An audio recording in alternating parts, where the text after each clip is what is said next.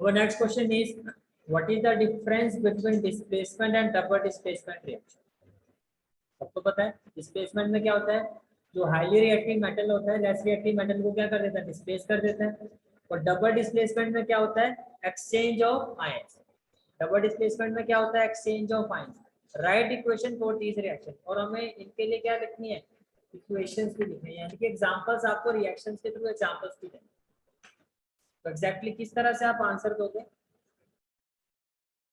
First of all displacement reaction. First of all displacement reaction. Displacement reaction में क्या लिखोगे, a more reactive element displaces less reactive element from its compound. Is it clear?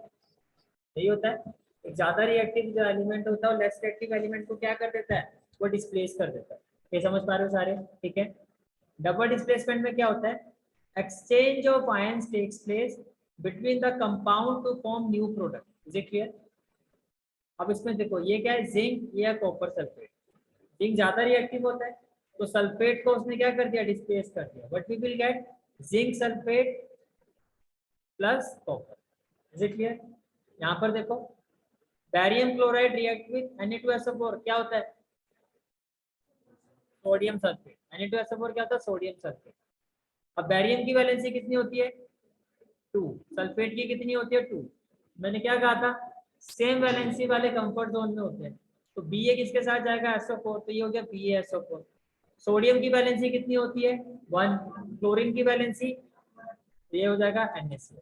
Is it clear? Double displacement reaction में precipitate भी बनता है। Precipitate का मतलब insoluble substance.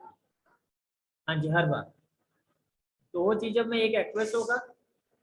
Double displacement reaction में क्या होता है, जो लिक्विड होता है लिक्विड होगा, एक होगा उसमें इनसॉल्युबल सब्सटेंस व्हाइट कलर, तो क्या कहते हैं, प्रेसिपिटेट। यहाँ पर ये जो BaSO4 है ये आपका प्रेसिपिटेट है।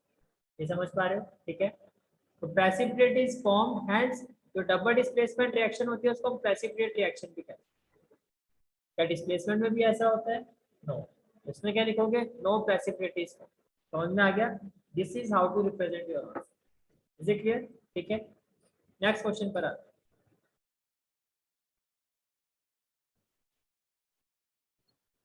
Next question is question number 14। Question number 14 is, in the refining of silver, जब आप सिल्वर को रिफाइन करते हो, ठीक है, the recovery of silver from silver nitrate solution involve displacement by copper metal. Write down the reaction involve. क्या कहा जा रहा है, रिफाइन का मतलब काइंड ऑफ फिल्टर करना। जब हम सिल्वर को रिफाइन करते हैं, किससे रिफाइन करते हैं, सिल्वर नाइट्रेट सॉल्यूशन, तो इसमें कहा जा रहा है कॉपर इन्वॉल्व होता है। तो बेसिकली आप ये क्या कह रहे हो कि सिल्वर नाइट्रेट को जब आप कॉपर से रिएक्ट करते हो, तो copper being highly reactive metal, वो सिल्वर नाइट्रेट को क्या कर देता है, डिस्प्लेस कर देता है। तो नाइट्रेट किसके पास आ जाएगा, कॉपर के पास, सिल्वर रिफाइन हो गया। समझ पा रहे हो इस चीज को? अब ये चीज आपको कैसे दिखानी है, रिएक्शन से दिखानी है। कैसे दिखाओगे, देखो ये आपकी रिएक्शन है, ये क्या है आपका सिल्वर नाइट्रेट, तो किसके साथ रिएक्ट किया आपने, कॉपर के साथ। Being highly reactive, highly reactive का मतलब हाई रिएक्टिव देन सिल्वर, तो इसने नाइट्रेट को क्या कर दिया, डिस्प्लेस कर दिया। तो ये क्या हो गया, कॉपर नाइट्रेट प्लस सिल्वर। ये चीज समझ में आ रही है? मैं दोबारा बताऊँ, क्लियर है तो सारी चीजें? ठीक है। Next question is question number 15। What do you mean by precipitation reaction? कौन सी होती है, double displacement. Explain by giving examples. Explain by giving examples.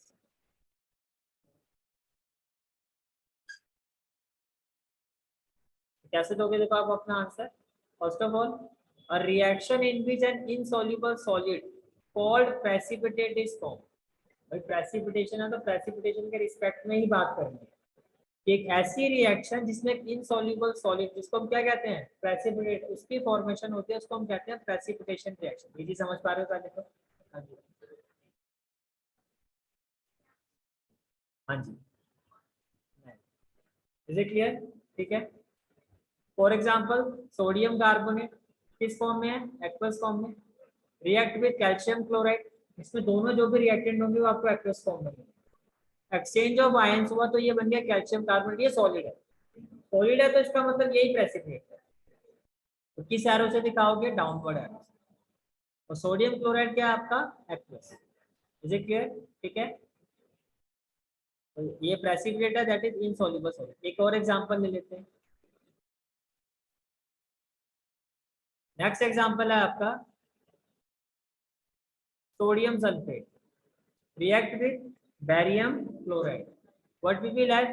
Barium sulfate and sodium chloride. ये अभी हमने डबल डिस्प्लेसमेंट में भी लिया था, ठीक है। तो जितने भी रिएक्शन है सारी इंपॉर्टेंट है, एग्जामिनेशन पॉइंट ऑफ व्यू।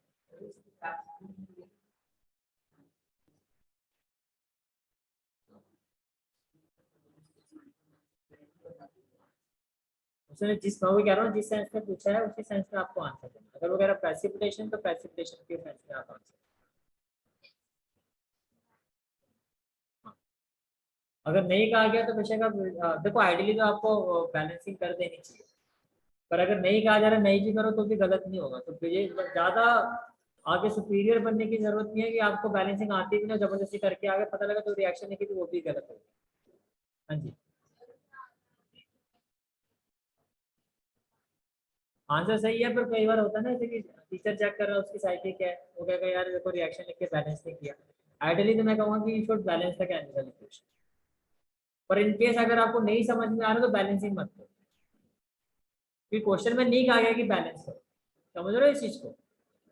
कर दो तो अच्छी बात है, पर अगर नहीं हाँ बिल्कुल श्योर हो कि हाँ भी मेरे को पता है इसको बैलेंसिंग करना तो कर दो। अदरवाइज अगर नहीं समझ में आ रहा कोई डाउट लग रहा है तो मत करो, ठीक है। Next question is question number 16। Explain the following in terms of gain or loss of oxygen with two examples. आपको कहा जा रहा है ऑक्सीडेशन को एक्सप्लेन करो। क्या होता है ऑक्सीडेशन? गेन ऑफ ऑक्सीजन और लॉस ऑफ हाइड्रोजन। क्या होता है रिडक्शन? गेन ऑफ हाइड्रोजन और loss of oxygen. With example आपको एक्सप्लेन करना, विद एग्जांपल, ठीक है। तो किस तरह से एक्सप्लेन करना है आपको? First of all oxidation. Oxidation क्या होता है आपका? गेन ऑफ ऑक्सीजन और we can say that loss of hydrogen. ये आपने एग्जांपल ले ली, दो एग्जांपल्स बोले। ये क्या है? Carbon dioxide plus water. अब ध्यान से देखो ये H2 था ना, यहाँ अगर आप आगे देखो तो हाइड्रोजन के साथ ऑक्सीजन आ गया, तो कहना चाहिए हाइड्रोजन का ऑक्सीडेशन हो गया, एडिशन ऑफ ऑक्सीजन। ऑक्सीडेशन का ही बात हो रही है यहाँ पर, फिर ऑक्सीडेशन पे फोकस करो। इधर देखो copper react with oxygen but we get copper oxide, तो कॉपर के साथ ऑक्सीजन ऐड हो गया, तो कॉपर का क्या हो गया? ऑक्सीडेशन। उसके रिस्पेक्ट में बात होती है, रिएक्टेंट के रिस्पेक्ट में। ये भी समझ पा रहे हो? ठीक है।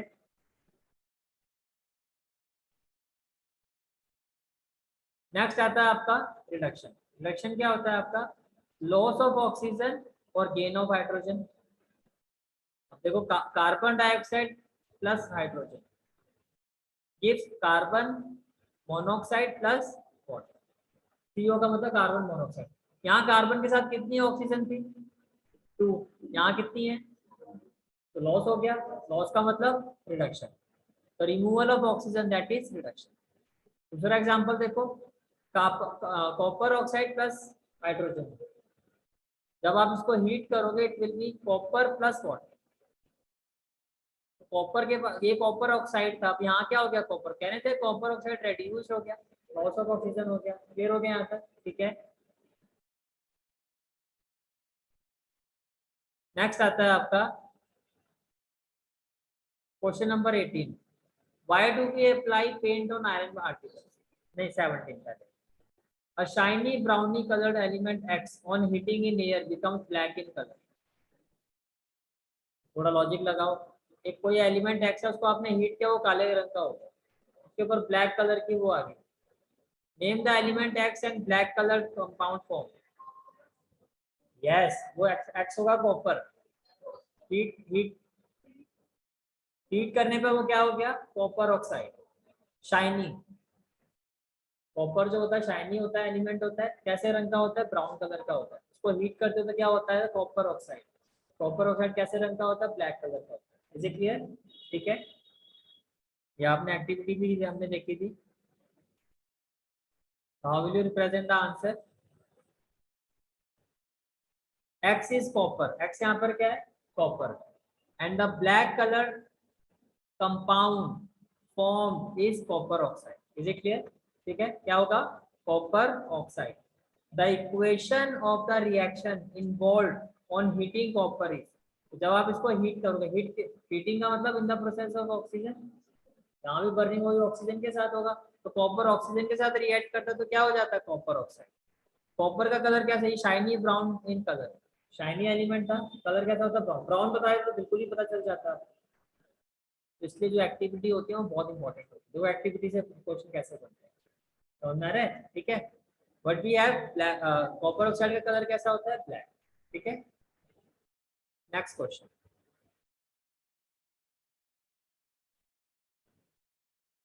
Why do we apply paint on iron articles? I think छोटी क्लासेस से पढ़ते हुए आ रहे हैं. किस चीज से प्रोटेक्ट करने के लिए? Rusting.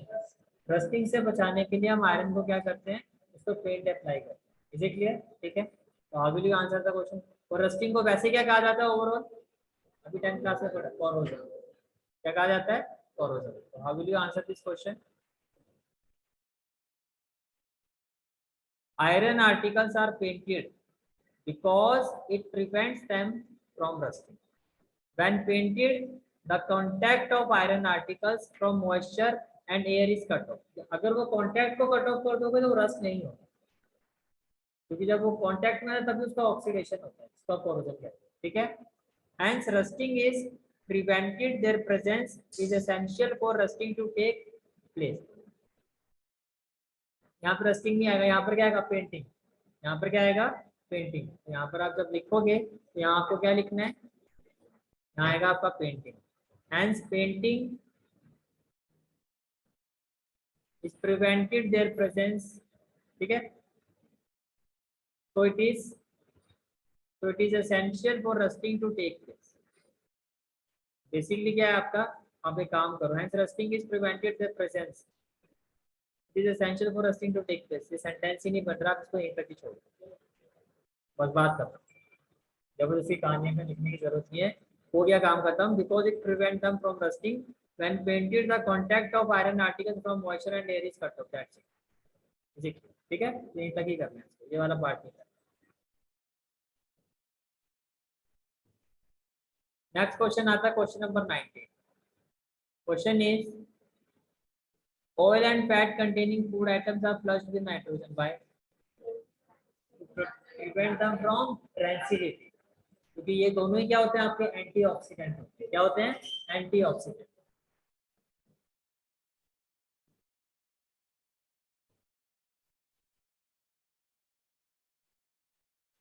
How will you answer the question? Nitrogen does not react with oil and fat. Food items become rancid due to the oxidation. ठीक है. Thus containers containing such food items are flushed with nitrogen. तो जो भी container जिस पर oil और fat containing food होता है उसमें नाइट्रोजन को डाला जाता है. नाइट्रोजन होती है एंटीऑक्सीडेंट. वो ऑक्सीजन का कांटेक्ट नहीं होने देती. आपको चिप्स का पैकेट खोलो, कितनी ज्यादा गैस होती है उसमें भरी, होता है ना भाई. उतना बड़ा पैकेट है, मजा आ जाएगा. बोलते क्या कहते हैं यार आप इसे भी खा सकते. देखिए लूट मछली, लूट नहीं मची हो. गैस भरना जरूरी है. गैस नहीं भरेंगे तो वैसे खाने लायक नहीं. ठीक है. To remove oxygen from them before packing. Is it clear? ठीक है. And finally last but not least question of this NCER chapter 1. Explain the following terms with one example each. Corrosion और रेंसिडिटी. कोरोजन और rancidity. तो corrosion को कैसे explain करोगे? In simple words, the process of slow eating away of metal by oxygen, air and other chemicals present in air में जो chemicals होते हैं या ऑक्सीजन जब मेटल के कांटेक्ट में, स्लोली ईटिंग का मतलब धीरे धीरे उसके बाद रिएक्ट करना शुरू कर देते हैं. उसका जो खुद का वो होती है उसको तो खत्म कर देते हैं. एक हिंदी में वर्ड कहा जाता है अस्तित्व. तो उसकी खुद की पहचान है वो तो रहती नहीं है. काले रंग का हो जाएगा, हरे रंग का हो जाएगा, खुद कैसा था वो पता ही नहीं है. समझ पा रहे हो चीज को? ठीक है. फॉर एग्जाम्पल रस्टिंग, ओरिजिनली कैसा होता है? रस्ट होने का उसकी स्ट्रेंथ ही खत्म हो जाती है. आ गया ना उसको. हीटिंग ऑफ मेटल का मतलब यही होता है. आयरन को तो जब आयरन रस्ट होता है तो आप हाथ से भी तोड़ देते हो अगर इतना कमजोर पड़ जाता है. तो नॉर्मली आयरन को आप हिला नहीं सकते. तो खा गया उसको भाई, अंदर से उसकी स्ट्रेंथ ही खत्म हो. Green coating on copper etcetera, shiny element green green layer हो गई, शाइनी खत्म कर दी, खा गया उसको. रेंसिडिटी में क्या होता है, when food items prepared in oil after some time they start giving unpleasant smell, होता है ना, कुछ टाइम तक अगर ऐसे रखोगे वो ऑक्सीडेशन हो जाएगा, ऑक्सीडेशन होने से अनप्लेजेंट स्मेल, कहते हैं ना स्मेल सी आ रही है। एंड टेस्ट, इसको आप क्या कहते हो, रेंसिडिटी। और इसको ऐसे भी एक्सप्लेन कर सकते हो, और आइडियली आपको जो डेफिनेशन लिखना है वो ऐसे लिखना है जो आपने बताया।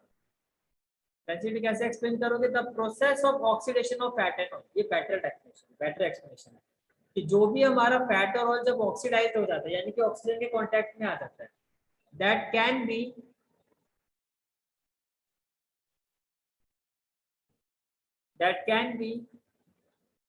easily noticed by the change in taste। और कैसे पता चलता है, टेस्ट से। जैसे कोई भी चीज बनाई है और तेल में कोई तली हुई चीज है, कुछ भी ऐसी है, थोड़ा टाइम उसका टेस्ट चेंज हो गया, समझ जाओ वो फूड क्या हो चुका है, रैंसिड हो चुका है, ठीक है। And smell is known as rancidity. For example the taste and smell of butter changes when kept for long. Butter को काफी टाइम तक ऐसे छोड़ दोगे तो उसका टेस्ट भी चेंज हो जाएगा, स्मेल भी चेंज हो जाएगा। आपने देखा बटर को रेफ्रिजरेटर में रखा है ना, इसी वजह से रखा है। अब रेंसिडिटी को अवॉइड कैसे कर सकते हो, rancidity can be avoided by storing food in air tight container. Air tight का मतलब वहाँ एयर ना जा पाए, एयर नहीं जाएगी तो ऑक्सीडेशन होगा नहीं, कॉन्टेक्ट में नहीं आएगा। या स्टोरिंग फूड इन रेफ्रिजरेटर, क्योंकि रेफ्रिजरेटर में कौन सी गैस होती है, नाइट्रोजन। एडिंग एंटीऑक्सीडेंट, जैसे चिप्स में ऐड करते हैं। ये सारे वो मेथड है जिनसे आप रेंसिडिटी होने से, रेंसिडिटी को प्रिवेंट कर सकते हैं। फाइनली चैप्टर आपका, ठीक है।